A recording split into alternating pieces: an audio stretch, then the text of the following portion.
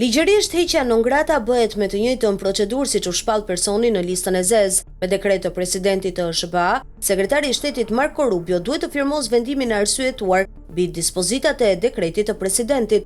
Disa portale kanë publikuar një telefonat të paguar nga një gazetar, Mikel Civita, që ka pyetur dikë anonim pa emër në departamentin e shtetit. Ai ka pyetur nëse Berisha mund të udhtojë në SBA, departamenti i shtetit që ka përgjigjur se ekziston mundësia për arsye të sigurisë kombëtare apo interesave të larta kombëtare të SBA-s. Në fakt nuk ka patur nevojë për një pyetje të tillë pasi ka të afishuara në listën e OKB-s, ku kanë qenë edhe Fidel Castro, Maduro, Mugabe e të tjerë që kanë qenë non grata në SBA, por për interes të vendit të tyre janë ftuar, fjala vjen, në OKB. Sali Berisha ende nuk i është hequr non grata.